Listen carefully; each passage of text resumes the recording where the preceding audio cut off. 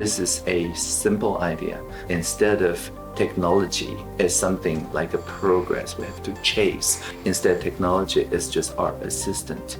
Technology should adapt to society's needs and norms instead of society adapting to technology. It's as simple as that. Minister Audrey Tang, Using Technology to Enhance Democracy, Part 1 of 3. Continue watching to find out more.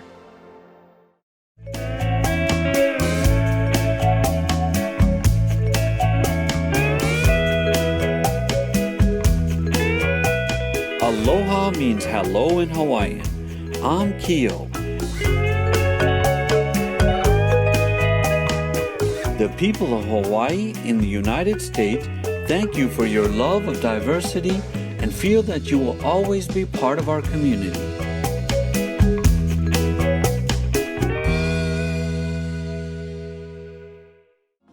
Welcome to part 1 of our 3-part series, Minister Audrey Tang, Using Technology to Enhance Democracy.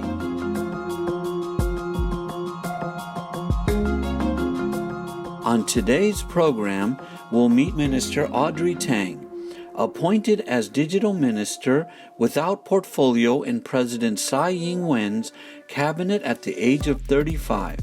Audrey is the youngest person to ever serve in the President's administration. In her early years, Audrey was a child prodigy who read classical literature before the age of 5, took advanced mathematics classes before 6, and studied computer programming before 8. Then at age 12, she began learning the practical extraction and report language, Perl 1. On an IQ test taken in elementary school, Audrey scored 160 or above, the highest score possible on the Wechsler Intelligence Scale for children. At the age of 16, Audrey started her first IT company and has since established several others. In 2019, she made Foreign Policy Magazine's list of top global thinkers. Minister Tang begins by explaining her job description and thoughts on the role of technology in today's society. My job description goes like this. When we see the Internet of Things, let's make it an Internet of Beings. When we see virtual reality, let's make it a shared reality. When we see machine learning, let's make it collaborative learning. And when we see user experience, let's make it about human experience. And when we hear singularity is near, let us always remember plurality is here. So this is a simple idea. Instead of technology as something like a progress we have to chase, instead technology is just our assistant. Technology should adapt to society's needs and norms instead of society adapting to technology. It's as simple as that.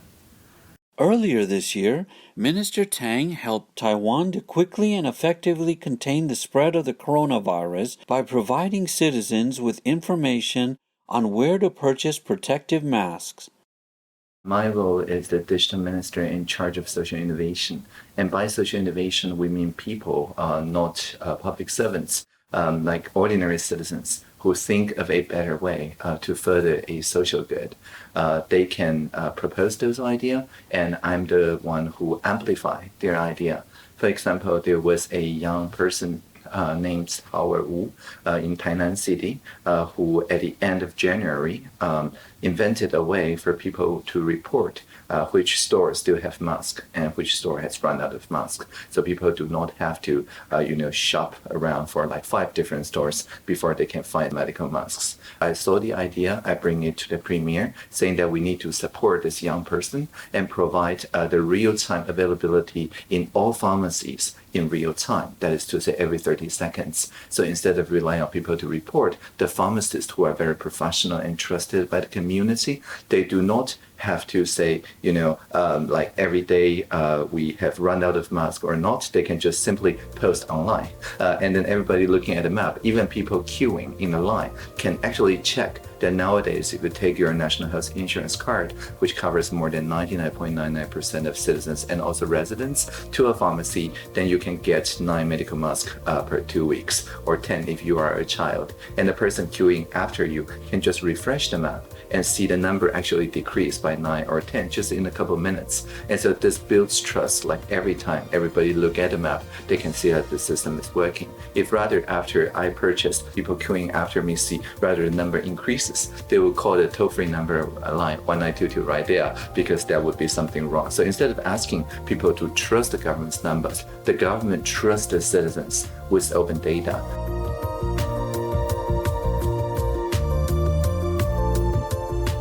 Amazing viewers, we'll return after this brief message.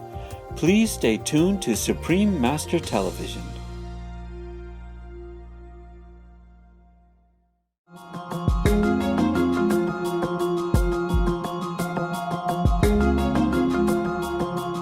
Noble viewers, welcome back to our interview with Minister Audrey Tang, who next shares her innovative ideas about how to ensure the accountability of businesses and other organizations.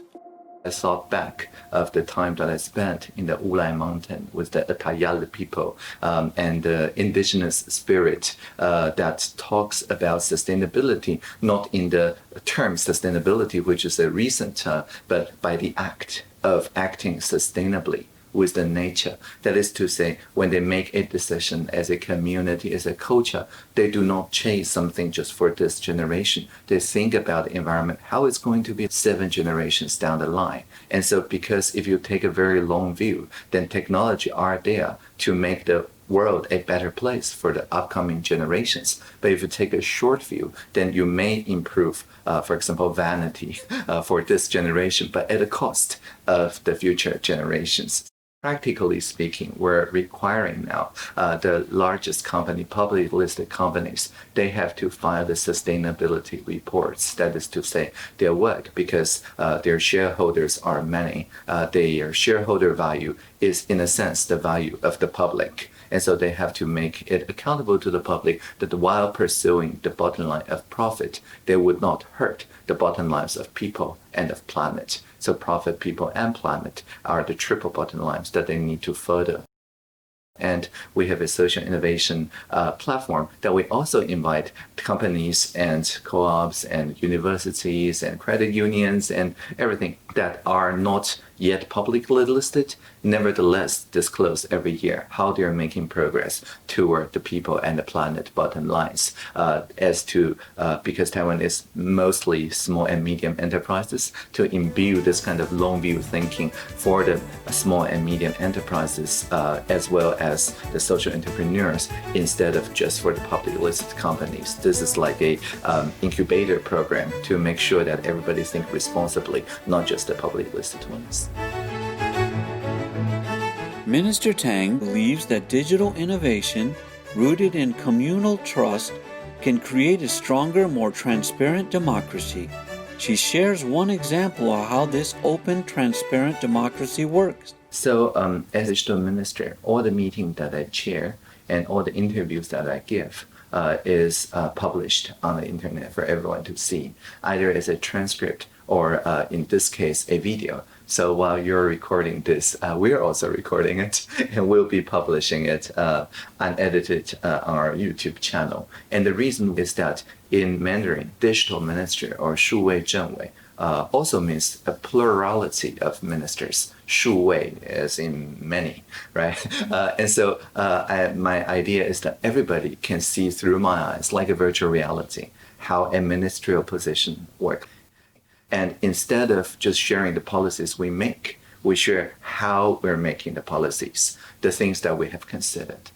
For example, when we're working on the e-sport regulations, it used to be that the Ministry of Culture doesn't think e-sport is a culture because it doesn't have hundreds of years of tradition. And the agency of sport in the Ministry of Education didn't consider it sport because you move maybe only your hands, but not your body. And the Ministry of Economy doesn't think this is a economical trade because this is more like performing arts. So maybe it should be the Ministry of Culture. So all the three ministries have very different takes on e-sport, and e-sport kind of fall into this Bermuda Triangle where there is no competent authority that can work on the rights of the e-sport athletes. And so I just shared the three ministries' positions publicly as a transcript 4 years ago when I first became digital minister. And there's many people who are very wise on the internet who look at those transcripts and tells us, for example, that Go or Weiqi, which is a board game like chess, is now, according to them, a e-sport because most of the Go games are now played online. And because the Ministry of Culture have existing regulations about, for example, alternate military service and so on for the Go players, if we reclassify Go as an e-sport, then all the other esports can just match what the Go players make and so on. And so by sharing our uncertainty, by sharing our doubt, by having no problem about face or means, we can honestly say, we don't know. Please help us figure it out. That's the crack in everything. And that's how the light gets in. That's how the social sector contributed their wonderful creative ideas. And finally, we have eSport recognized as an intellectual sport.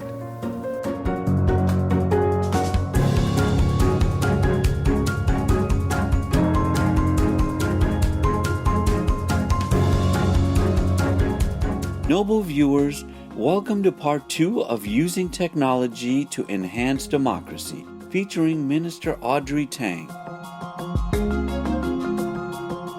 As the Digital Minister of Taiwan, Formosa, Minister Tang uses technology in many innovative ways to serve her nation.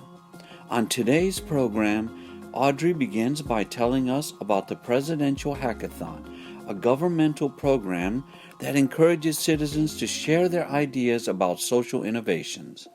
The Presidential Hackathon is a idea that we get those social innovations, and every year the president chooses 5 to give them a trophy. The trophy is a shape of Taiwan with a micro projector underneath. If you turn it on, it shows the project leaders getting this trophy from the president, and the president promising whatever you try in the past 3 months, we're committed to make it a national priority for the next 12 months.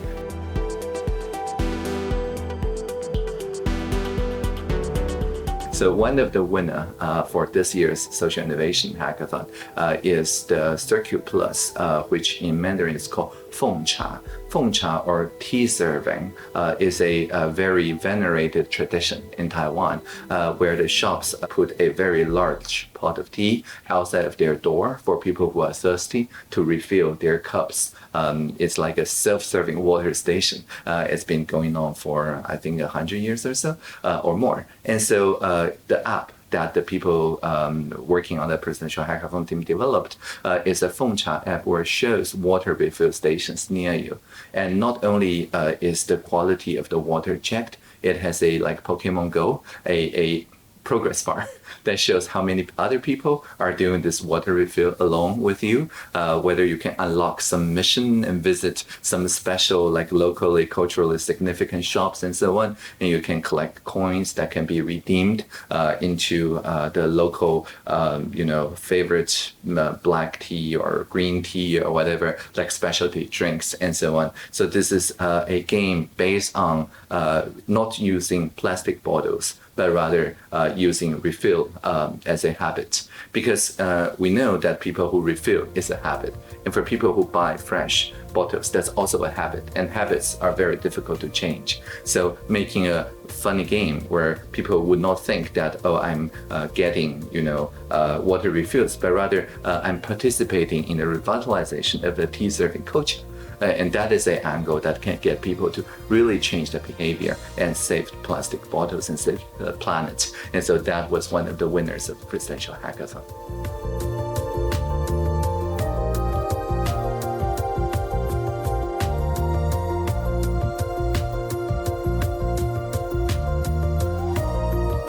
Minister Tang next shares her thoughts about artificial intelligence, AI, and open source data. She believes these technologies can be highly beneficial in advancing democracy. To me, AI is assistive intelligence, meaning that just like a human assistant, we would ask for their value to align with ours. And if they make some decisions or actions that seems questionable, we will require them to give a full account. So value alignment and accountability are the most important things around AI. And open source, open data are just a way to make sure that this accountability is easier to achieve. That's saying, like if you buy a car, you're free to take the front lid up and inspect each component in that engine.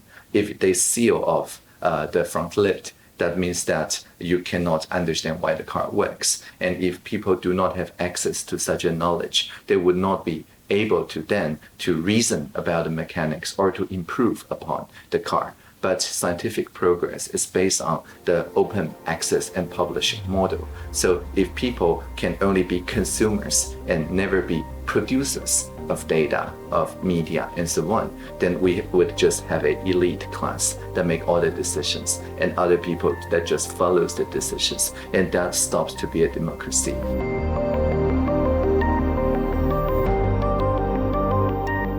Tech-loving viewers, we're going to take a moment now to do some refreshing exercises. We'll be right back. Please stay tuned to Supreme Master Television.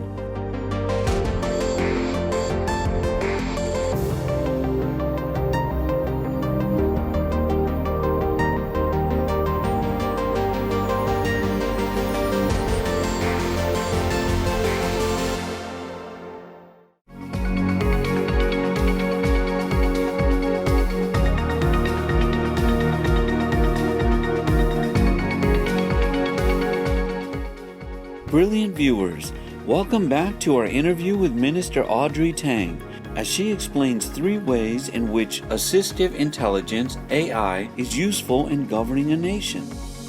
So it's useful on 3 different areas.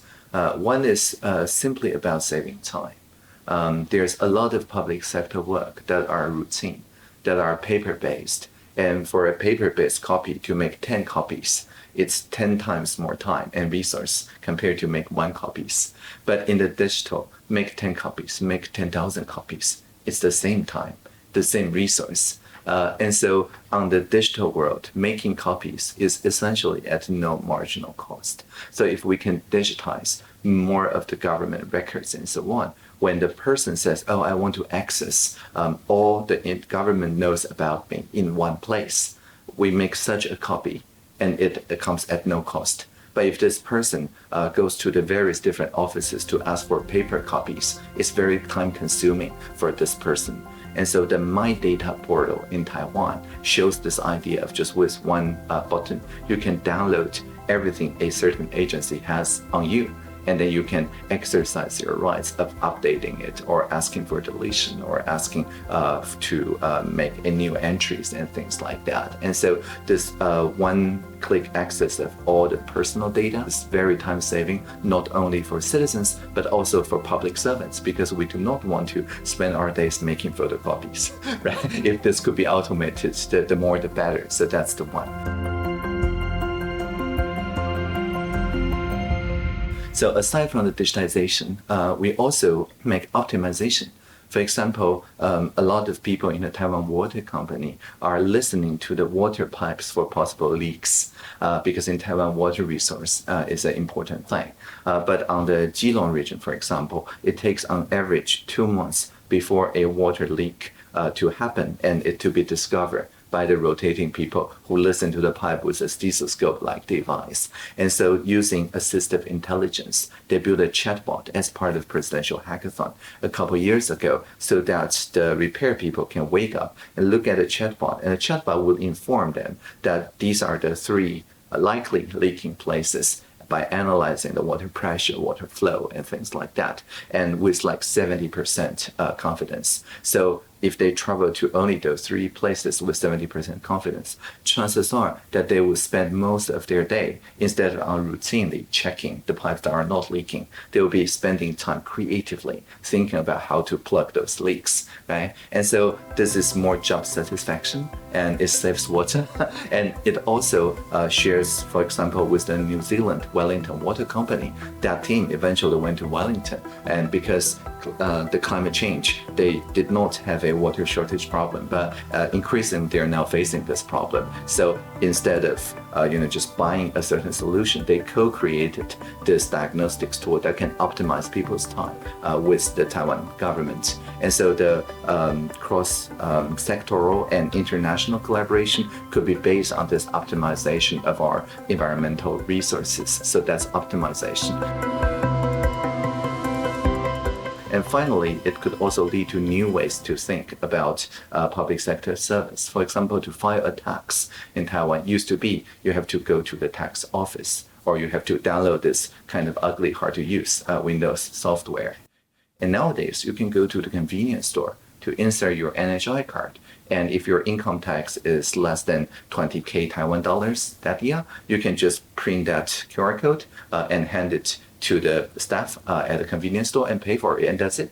And so it's easy to pay your income taxes now in more than 12,000 different convenience store pods, and they essentially become extensions of the tax agency. And that's a kind of innovation that could only happen if we have all the card readers figured out, we have the connection to the National Health Insurance Agency figured out, and so on. So it builds upon the digitization and optimization work. So it does not only save time to improve the quality, but it also makes people trust each other more, because the convenience store people can show the elderly or people who are not that used to digital technologies how to operate a kiosk. And the elderly people, once they learn about it, they can teach other elderly people. And so people's trust in each other increases every time someone teaches someone else how to use such innovations.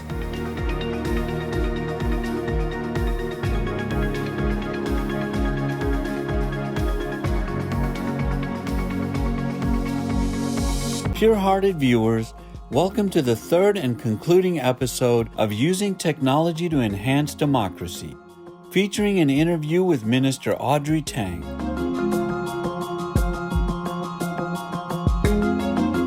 As the Digital Minister of Taiwan, or Formosa, Minister Tang uses technology in innovative ways to better serve her nation.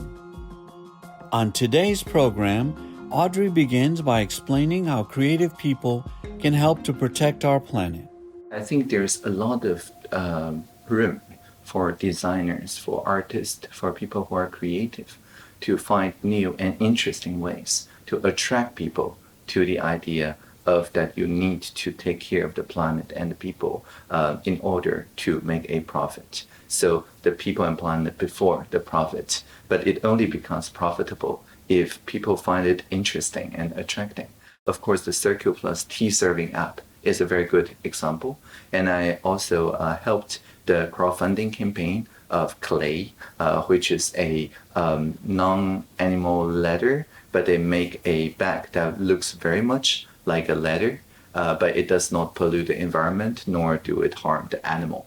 But of course, for people to purchase a leather bag, they're into some textile feelings, some touches of whatever nobility it conveys or whatever, right? So you need to not only recreate such designer feelings in this new vegan leather, but also to add even more to it, so that people, just like people who prefer the Beyond Meat to meat, or the Impossible Burger to burger, one need to feel like beyond. So not only that it need to taste good, it also need to taste in a way that seems futuristic, that you find this as something genuinely novel, something new, something that you will share with your friends in order for it to make into a widespread idea, not just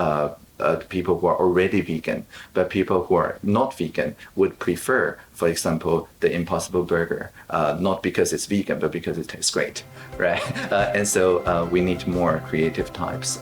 We need more people who are into, gastronomy, into design, into art, and so on, to show that this kind of lifestyle is preferable not only because it's ethical, but because it's fun.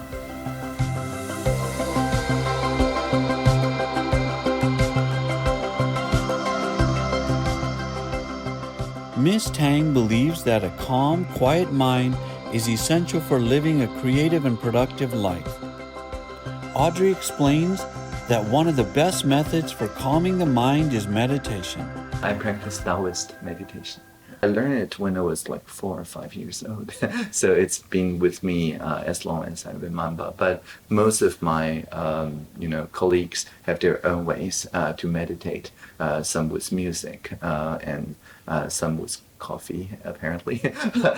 Some with making tea and things like that. And I think, or flowers and so on. So I think everyone has their own way to connect to the cosmos. And so I'm not prescribing any particular method, but I make sure that there's plenty of time and space for such endeavors. I make sure that there's plenty of quietness in the social innovation lab or in the closet bed room that I just went into right before this interview, right? So everybody can have some meditation or pause throughout the day. And I also emphasize that sleep is very important. So for the people who work with me, who do not, want to be interrupted on their off-work time, I do not bother them about work. And so if there is a work issue that needs to be resolved, but it's already 10 p.m. or something, instead of waking my colleagues up, I just handle that myself, right? So I think it's very important for people to have a full night's sleep in order to carefully integrate whatever we have learned in the daytime, so that by the time we wake up, we'll be a more holistic person.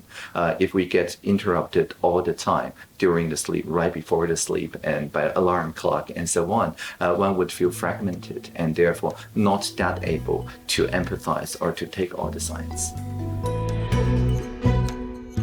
Minister Tang and her team continue to search for ways to improve the lives not only of their own citizens, but of all the people in the world. Where do they get such new innovative ideas? So very soon we will have Asia Pacific Social Innovation Summit, or APSIS. And this is the first time that it went digital. So it allows us to connect to the Social Enterprise World Forum, which was going to take place in Nova Scotia, Canada, but now it's online. So we make sure that this is become a worldwide event.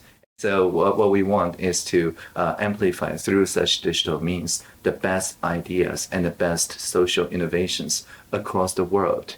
And we can then share the not really best practice, maybe better practices, and inspire a future where people, regardless of their generation or their ethnicity or their areas of study, they can all feel connected through the global goals into solving the problem together as a group, partnering for the common goals instead of just working with their own ideas and then canceling each other out.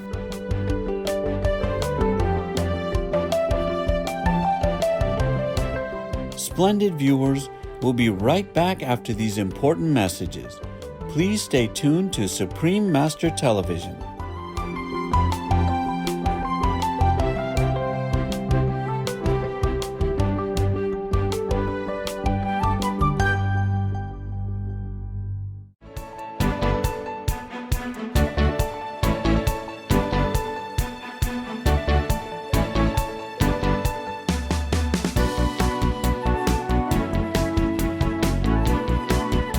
Honest viewers, welcome back to our interview with Audrey Tang, who works tirelessly to ensure that all beings are treated equally. She next shares her thoughts on intersectionality, the way in which multiple forms of discrimination can affect marginalized individuals or groups. I think the idea of intersectionality which is the idea that each of us have some parts of us that are in the kind of superior, privileged position, but some of part of us are in the minority or less privileged position. For example, when I was really young and I first learned writing, I'm left-handed, so I write with my left hand. And my dad and my grandma, my dad's mother, are all left-handed. But when they were children, the society taught them to have to learn to write with their right hand. Because according to my grandma, all the telephone booths are on the right hand of the telephone booth. Like the society was designed to be more friendly to people who prefer their right hand and less friendly for people with their left hand. And so they had to change. And so they also taught me to learn to write with my right hand. But I tried for a year and then I discovered keyboard. So I can type with both my hands. And after that, of course, telephones eventually gets redesigned. Nowadays, the telephone is just a glass tablet, right? It doesn't, care whether they're in your left hand or your right hand. And so handedness becomes less of a thing that divides people, and people don't pay much attention to left or right-handers anymore, thanks to the universal design. Or like when I was as a child in the city of Taipei, we do not see many people with wheelchairs. But when I go to Germany, when I was 11 years old in 1992, there's quite a few people with wheelchairs in the streets. And I am like, so is the Taiwanese people more healthy? So that we don't use wheelchairs? Of course it's not. It's because the Tainan City at the time was not friendly to people in wheelchairs. It's very difficult for them to navigate. And so they just stay home. Just making sure that people see the people of different varying abilities are fully participating citizens is very eye-opening. And nowadays we have quite a few parents in Taiwan are making sure that the playgrounds for children are designed with the children, for the children, by the children, and children of different capabilities, including wheelchairs and so on, need to enjoy the playground equally in a way that is fully inclusive. So this idea of inclusion, I think, is the main thing that brings us into the same idea of my vulnerability enables me to empathize with your vulnerability. And even though I may be in a privileged position in some attributes, I would not abuse this position. So we may be physically apart, but we are connected in our feeling of vulnerability through intersectionality. And I think that is very important. At the conclusion of the interview, we asked Audrey if she had some final words for our global audience. I would then just wish the people watching the television a good time and live long and prosper. Thank you all for all your work you're doing for our environment. Be veg, go green to save the planet. Respected Audrey Tang, thank you for your diligent and tireless work using technology to benefit the lives of all people. May you be blessed with abundance in all aspects of your life. For more information about Taiwanese or Formosan Digital Minister Audrey Tang, please visit pdis.nat.gov.tw. Wonderful viewers, we appreciate your presence during our program today.